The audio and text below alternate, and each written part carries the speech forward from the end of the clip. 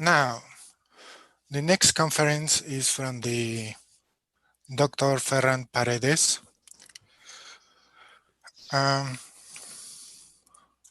Ferran Paredes was born in Badalona, Barcelona, Spain.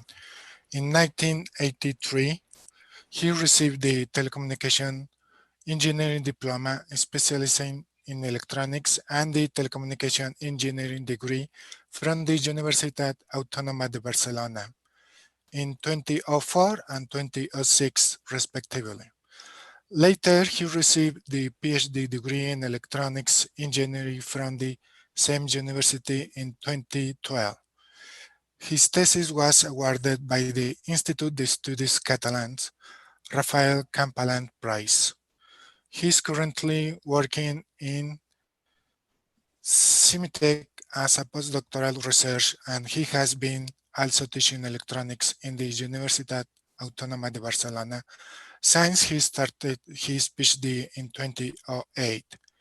His research interests mainly radio frequency identification technology and system metamaterials concepts, antennas, and passive microwave device, among others. Dr. Ferran Paredes, you have the next 13 minutes for your presentation, and next we'll have some questions after that. Okay, thank you very much. Can you hear me?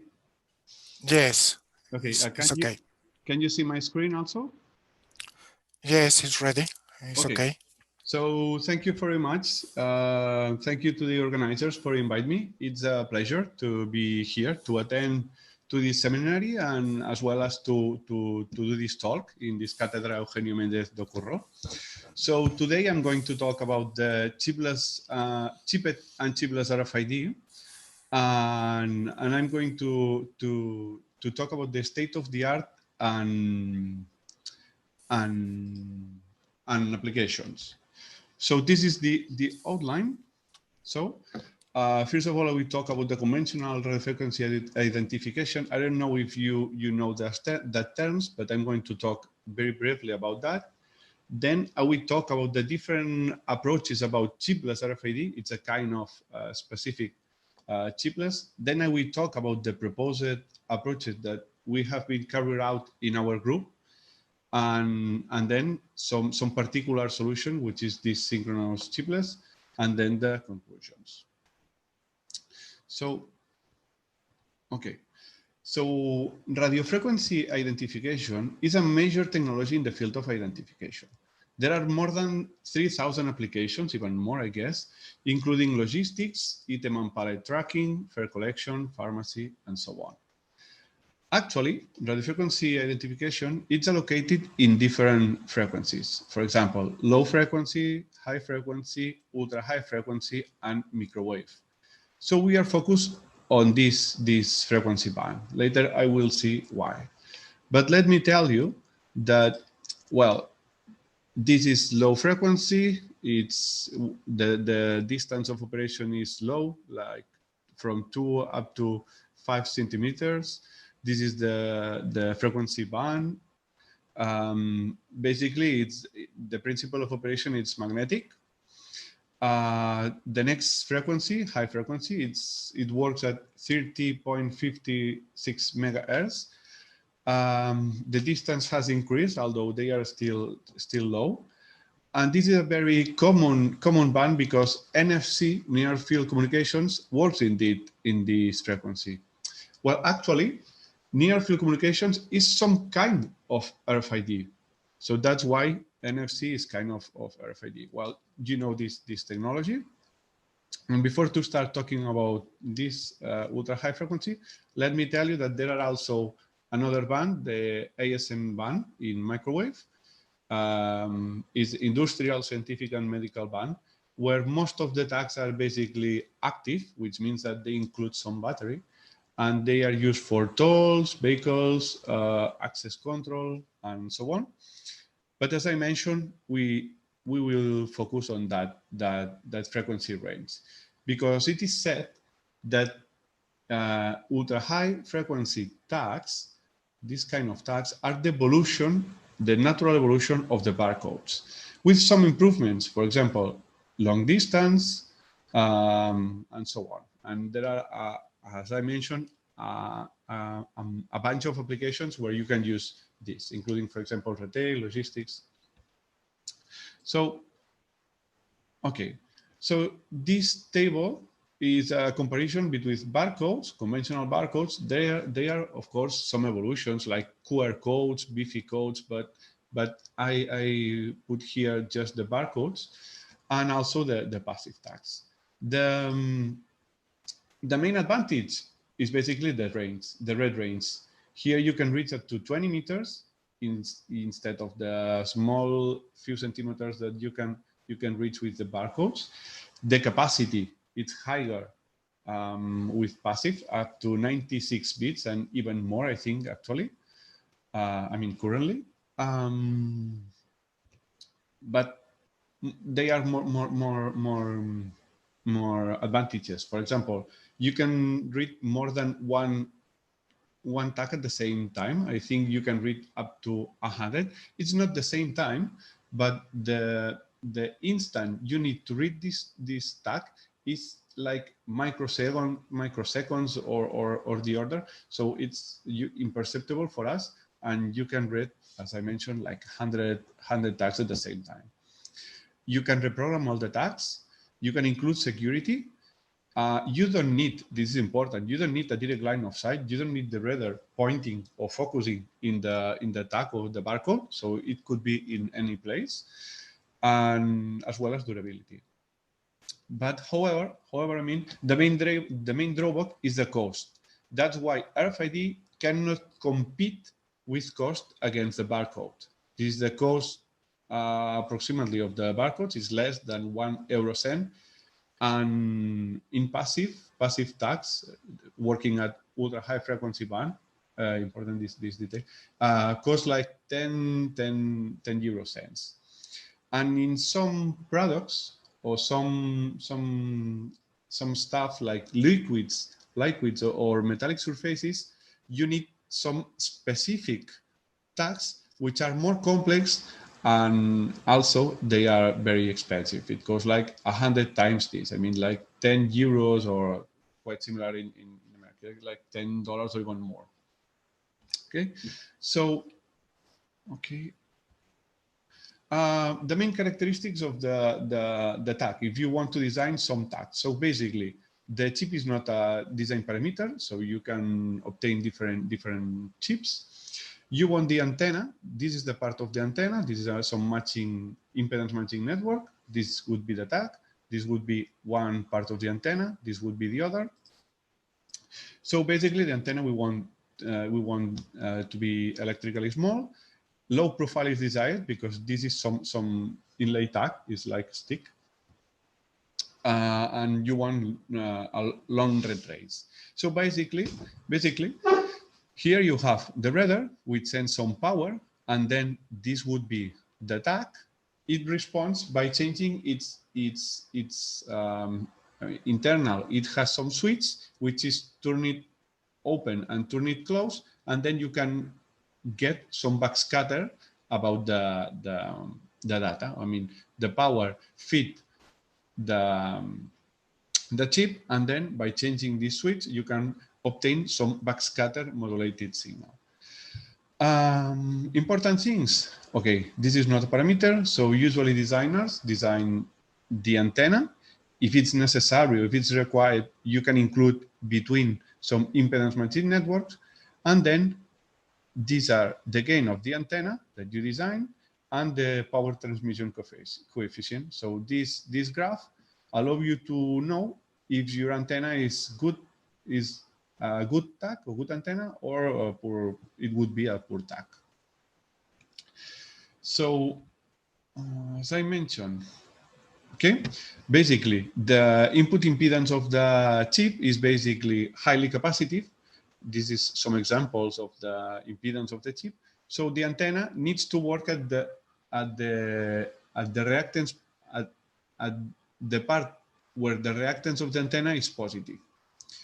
Here you can see clearly. So this is the antenna self-resonance. This is the resonance of the antenna at 50 ohms. So where the reactance of the antenna compensate the capacity of the chip, then we have the maximum transmission coefficient, and then this is where the tag gets the maximum red range, the peak range. This is how it works. And in order to know the distance, the red range, this would be the radar, which sends some power, and this is some antenna with some certain gain, which are these parameters, the power and gain of the radar, which is specific according to its country or its location. For example, in Europe is this power, and in the United States is this, depending on the country. This term is the threshold power of the chip, the power that needs the chip to wake up. In this case, now they are around minus 17 dBms. And these, as I mentioned, are the parameters to design the antenna. So this would be the tag, the antenna of the tag, this would be the chip, and these are the parameters, the gain, as well as the power and transmission coefficient that designers can tailor. Okay, so as mentioned, just sum up, there are some commercial applications. There are a bunch of different tags of different companies. This could be the passive. This would be specific for metal or liquids, different size as well. And there are also research. For example, we started doing some research some years ago, and we mix the RFID concepts with metamaterials. Basically, metamaterials are resonators, or are some kind of structures that we can use the electrically small antennas, the electrically small size, in order to be applied to the antennas. And then we can get some tags with smaller size than conventional passive tags. Here there are different words. These are the structures. These are done by my colleagues.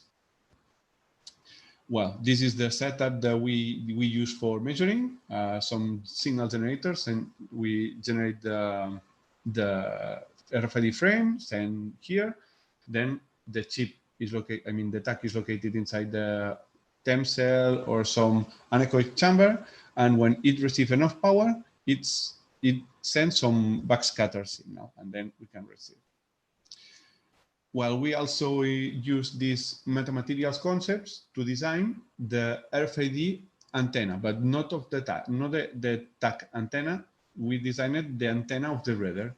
And in this case, this is for a point of sale, for example. Instead of one antenna able to radiate or to work in near field, this we personally call anti-antenna, because we can control the radiation zone. And further investigation is still done mixing RFID plus sensors for measure temperature, humidity, and so on. This is the conventional, but what we focus right now is chipless. What's chipless? So there are some market needs where some applications need alleviate the cost requirements of the chip. And in some specific applications, the chip or the price of the tag is so expensive. So we try to implement some chipless RFID. So they don't include the chip, and then we can reduce this cost. So it's what I write here. Some chipless RFID can alleviate the cost requirements. But as I mentioned, it's some very specific market niche. The advantages of the chipless RFID can be implemented in flexible substrate, not require an integrated circuit, so the cost is cheaper, and it's completely compatible with printing process. But the drawbacks, the data density, the bandwidth, as well as the size. You cannot compare a chipless RFID with a chiplet or even barcodes. This has to be clear. And there are different approaches. For example, the time domain. Some systems work in time domain. Basically, they receive some power, some pulsed signal, and then there are some reflectors. The reflectors generate some echoes, and then the presence or absence of these reflectors we can obtain the ID of the tags. For example, this reflector wouldn't be here, so we don't receive any echo. The main limitation, the number of achievable bits is limited for the size, basically, and as well for the technology. There are also some surface acoustic waves systems or tags which can be included here in time domain, but they are so expensive. Another approach is basically the frequency domain. In this case, we have, for example, different resonators working at different frequencies. They are called spectral signature. Okay, spectral signature chipless tags. So basically, you send some wideband signal. It's received by the antenna, and if the presence or the absence of these resonators can, after the signal is sent it to another receiver, the reader, and the presence or the presence or the absence of these resonators modifies the transmission signal. Okay, we can do the same with some resonators and use backscatter instead of including antennas. The main limitation, basically, the spectral bandwidth required to accommodate a significant number of bits. If we want to use a huge amount of bits, we need a huge bandwidth. And there are also some hybrid solutions which includes, in order to increase the bits, they can use more than one domain. For example, frequency and phase, frequency and bandwidth, frequency and peaks, and that's the idea. Try to increase the number of bits for solution. So what we propose in our group is basically that we want to increase the data capacity in this time domain achieve. I mean, we want the characteristics of the time domain systems. But we want to increase the data capacity.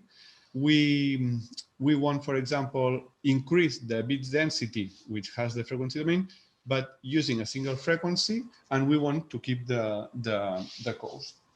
So that's why we propose some specific application near field chipless RFID with sequential reading. And this is what I'm going to explain. And basically, this solution can be printed in conventional paper. I show you some application. I told you this is a very specific market niche. We can use conductive or even organic inks. They can be reprogrammable. And we have implemented this solution, for example, using 3D printing or permittivity contrast, as well as we have asynchronous systems. So I'm going to talk about the proposed chipless. So basically, the main advantages is the number of bits is not limited by the bandwidth. So it's limited just for the area that we want to use for the tag. And in this case, it's near field system because the read range is sacrificed in favor of high data capacity. So the read distance is very close. But in some applications, such as secure paper, this is not an issue. So in order to avoid, for example, counterfeiting or copying some document or corporate documents or official documents, we could use this. For example, medical receipts, we can use this in order to avoid copying. In Spain, is very typical. Some people try to plagiarism the medical receipts, for example. And this would be the working principle. So basically, the chipless tag, which is this, consists of a set of identical resonators. All the resonators work at the same frequency and they are identical. And the encoding is achieved by the presence or the absence of these resonant elements. And finally, mention the bandwidth is virtually null because all the resonators work at the same frequency. So basically, how it works, we generate here some signal tune, actually. It sends it here. This is the sensitive part of the reader. When, the signal is sent through this sensitive part. When the tag moves over the sensitive part, then this signal is modulated according of the presence or the absence of this resonator. So here we receive some amplitude modulated signal. It's quite simple. So then by simple using some envelope detector, we can recover the ID of the tag. This is how it works, the system. So basically, this is the sensitive part of the reader when it is alone, when there is nothing, when there is no tag, for example, or there is the absence of the resonator of the tag, and we have transmission at certain frequency. But when we put some resonator on top of that, all the frequency response is shifted down, and instead of having a transmission, we have a notch. And this is the dynamic range. And it's the difference between having a 1 or 0. So as I said, the difference between the 1 and 0 is the dynamic range. And we have a bandpass configuration, for example, is the configuration I showed right now. Or there are another approach based on bandstop configuration, which is the other way around. So we have a notch when we have nothing, and when we add some resonator on top of the sensitive part of the radar, all the frequency response is shifted up, and then we have transmission. So here you can see different approaches, different resonators. So based on that, we fabricate the radar, the sensitive part of the radar. I mean, this is a simple resonator. This is a tag. Well, this is at the beginning, we don't have some linear step motor. So we have some motor, rounded motor, and we implement here all the tags, all the resonators. For example, this code 1 is 11111. Code 2 is 1010, the presence and the absence, and different codes which were measured, and here we obtain the codes. We recover the codes. So then,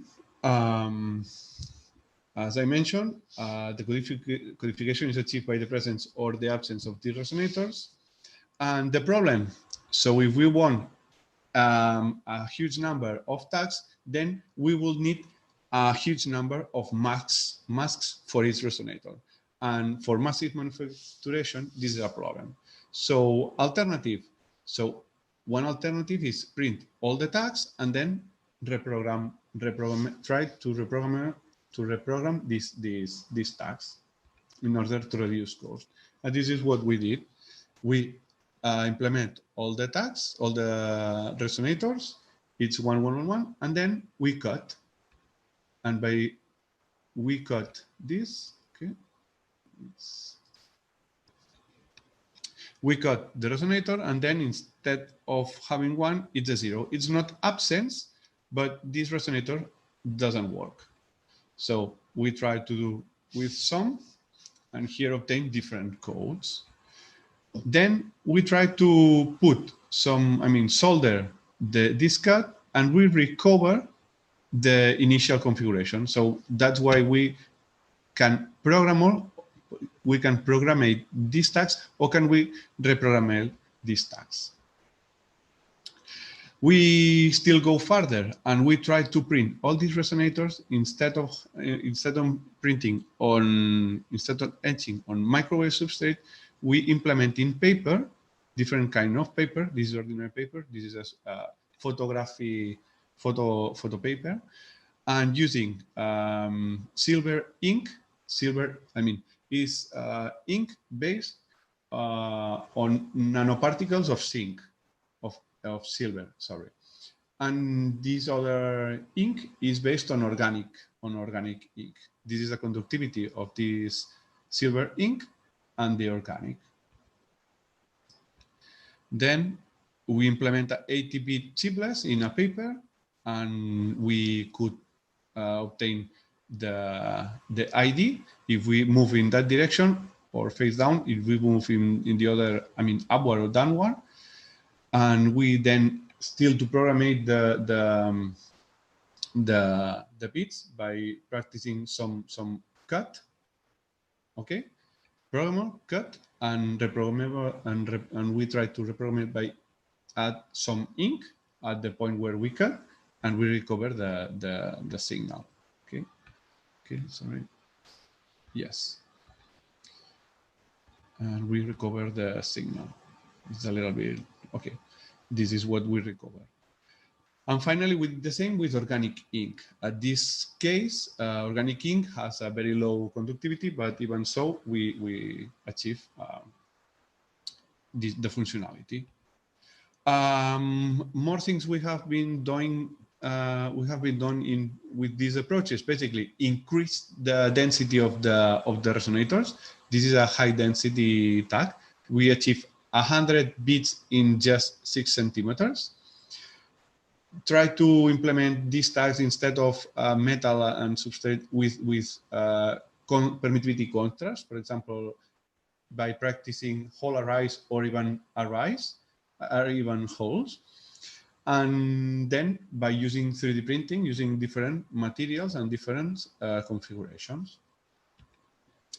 But basically, all these things, basically, all these resonators, all these tags, requires constant velocity. And if there is velocity variations, then we can obtain false reading. And one solution for that could be the employment of synchronous reading. And that's the last part of this talk, which basically is the same working principle as I mentioned. Okay, it's some signal generator which is sent through some resonator sensitive part, and then by moving the frequency response, we can obtain 2 different states. But because we want synchronous, we need at least 2 sensing elements. So then we need 2 elements, for example, the red one and the blue one. Here, there are 2 chains. The chain on the left is the clock, and it's all the resonators are present.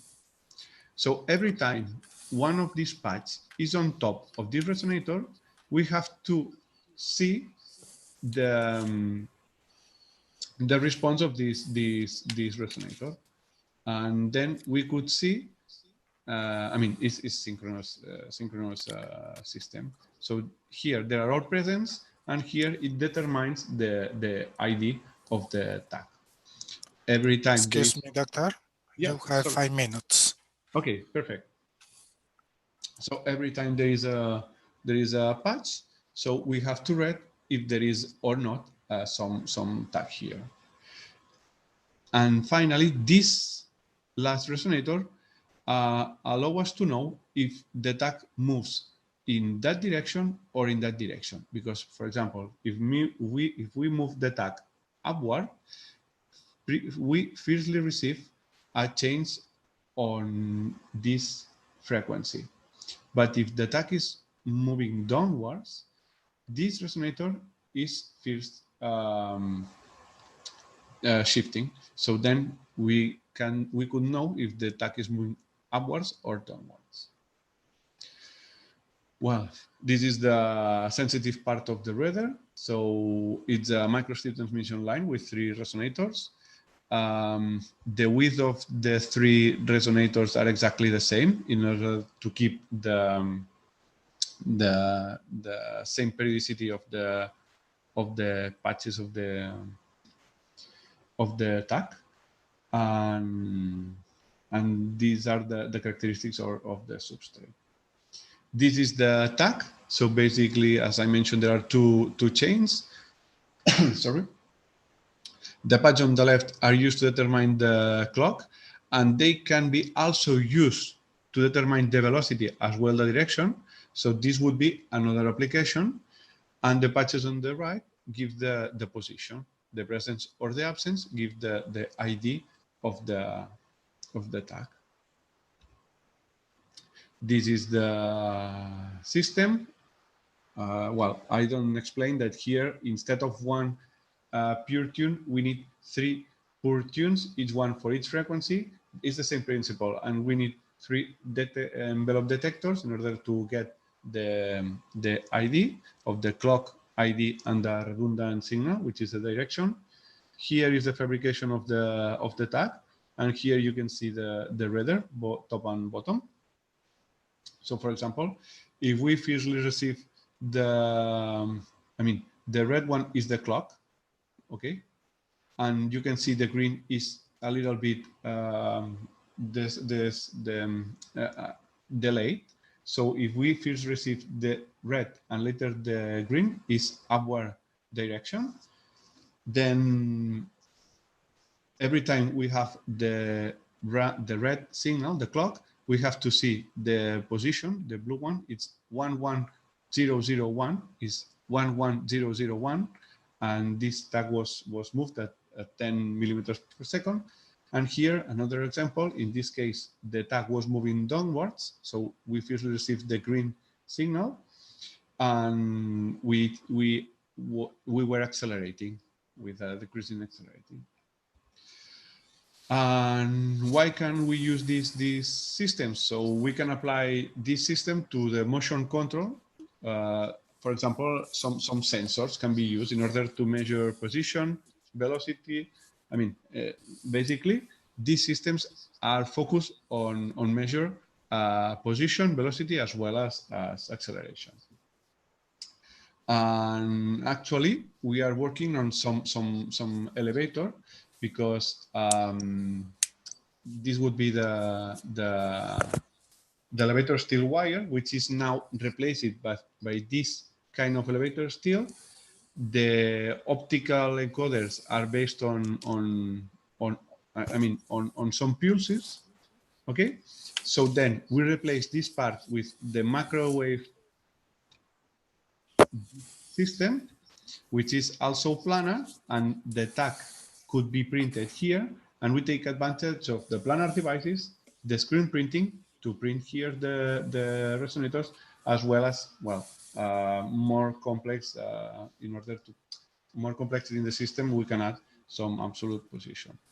And finally, to conclude, well, it's actually a summary. I talk about the conventional RFID, the chipped systems, which are well established, and the number of applications are still growing.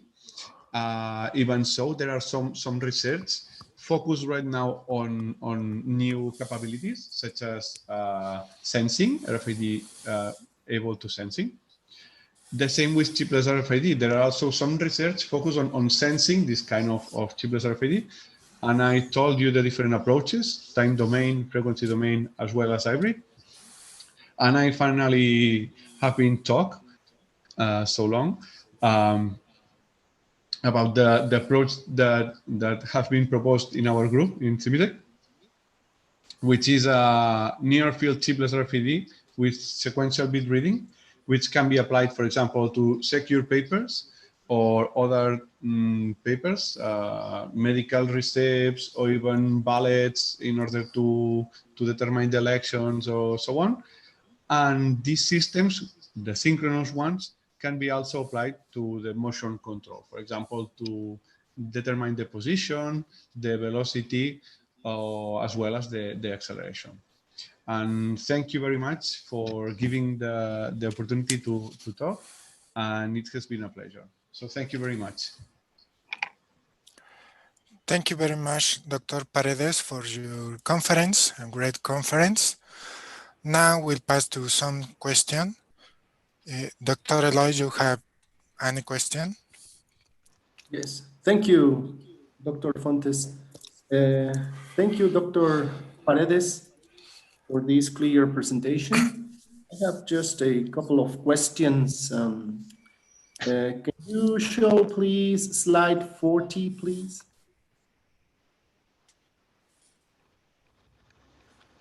You said 40, right? 40, yes. 40. Sorry. No problem. My computer is not as fast as I want. We have some time. Yeah. Thank you. It's okay. 40. Okay. Yeah. Okay. That's pretty nice. Thank you. Yes. first question, which is the word length of the information here in this synchronous chipless RFID? You said, sorry, the work? How many bits are there in every word? Yeah. Here right now we have some periodicity of 40 millimeters. So depending on the size of your tag, you can include as bits as you want. For example, As imagine much. as you want. For example, imagine you have some for example paper. Yeah. So you can divide in sets of four millimeters, and I don't know. It's like I don't know how much bits you can do in some in some this conventional paper, but you can include all. I mean, the periodic, the DPS and DPL are two kind of variables that you can use for measure these magnitudes. And I think I have in another table, but it's the periodicity. It's 4 millimeters. 4 millimeters. Okay. Just a last question. Which is the distance to read this RFID? Yeah, it's a very good question. Depending on the system, but in this system, I can read distance for I will guess from 0.5 millimeters up to 2 millimeters. This is a small distance, I know Yes. that, but this is, as I mentioned, for some kind of specific applications, for example, secure paper, or in this case, elevators. In elevators, we locate some. This is I mean, here. This would be the how I say. This part would be then charged to hang up and down the elevator, okay? Elevator. And if we locate the reader very close to here, yeah, so it works with the elevator, and we can get the position of the elevator in any movement. Okay. But as you said, it has to be very close to very close. Yeah. Okay. Thank you you very much for your questions. Thank you, Dr. Fontes. Yes, and we have one question from the chat. You say, can you comment a little bit more on the organic device you mentioned, please? Is it all organic structure, and how well or bad they behave in comparison to their not organic counterpart? Mm-hmm. Yeah. Okay. Basically, okay. Here. Come on. Sorry, there is some delay. Okay, here. Okay. So as I mentioned, we want this proposed chipless work implemented on paper and ink. The first step was implement these resonators using paper and ink with nanoparticles of silver. The conductivity is quite similar to silver. Actually, it's one order lower than the silver. But even so, we are still reading these structures. Organic are more complicated because the conductivity is very low. Okay. So if you compare, for example, the magnitude, here the magnitude is lower than in other cases, and it's difficult to fix some threshold here for all the values. Okay. So, I mean, if we have to differentiate the zeros and ones, we have to draw some line here. And with organic ink, it's difficult because its conductivity is low. So then we can locate these structures very close.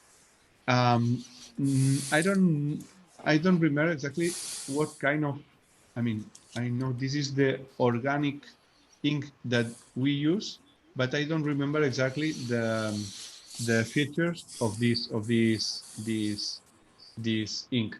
But as I know, it was some how is it? Carbon. I mean, the main goal was that we want some ink able to be recyclable. I mean, green, and we tried to do with this, which is close to the goal that we want. But it was employed, I guess, 2 or 3 years ago. So maybe right now there are other inks. I don't know if I answer exactly your question. Thank you very much for the answer. Dr. Eloy, have you any other question? No, thank you. It's okay. Thank you, Dr. Fontes. Thank you very much. Okay. With this, finished this talk.